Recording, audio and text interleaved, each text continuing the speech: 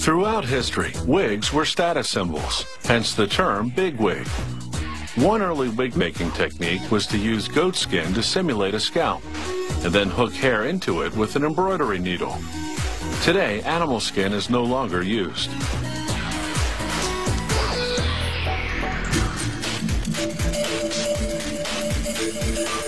These days, wigs can look so real that no one would notice.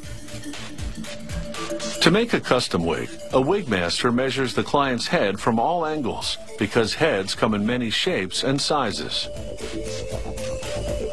He wraps her head in cellophane, twisting it just under the earlobes. Next, he sticks filament tape all over the cellophane wrap. He layers it 4 times to make a cast. He lifts the tape and cellophane cast from her head and places it on a wig block, a head shape made of canvas or wood.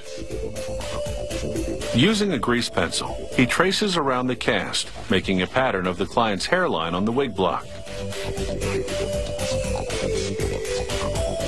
The wig master then cuts pieces of plain blue paper.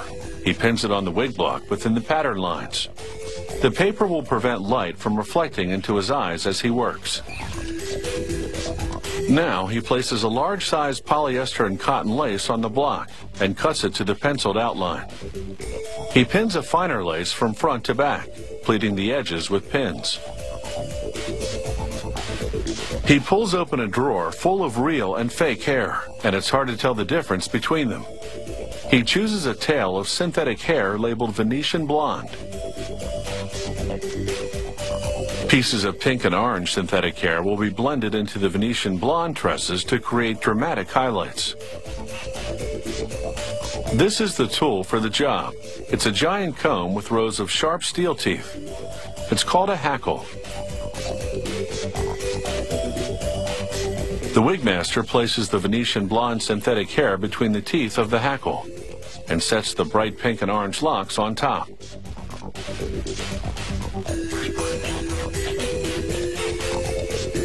Now he repeatedly drags the hair through the hackle. He loses some strands in the comb, but those are usually the weaker ones. This is called hackling, and the action gets progressively more vigorous. He twists and twirls the tail as he pulls it through the hackle. This is actually dangerous work. One wrong move and he could pierce his hand on the barbed comb.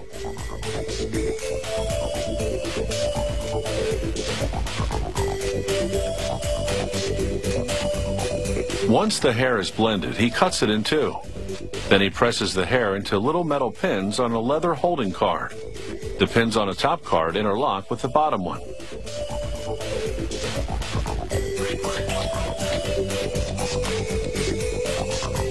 He pulls hair out of the holding cards a few strands at a time.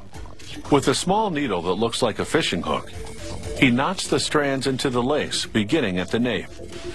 This is called ventilating. It's very similar to rug hooking. In fact, it may be why toupees are often referred to as rugs. Ventilating is labor-intensive. He spends a minimum of 50 hours knotting the thousands of strands that it takes to make a wig.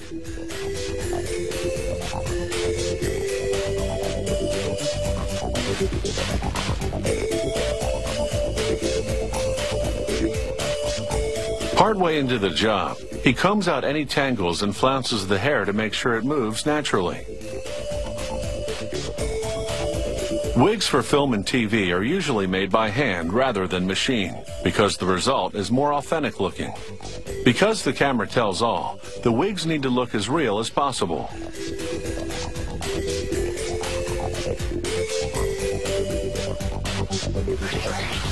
He weaves the front of the wig 1 strand at a time because the front hairline always gets the most scrutiny.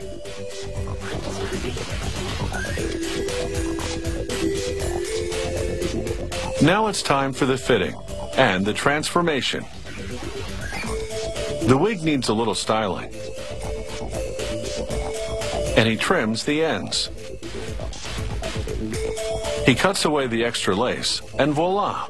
She's ready to let her synthetic hair down and get into her new role.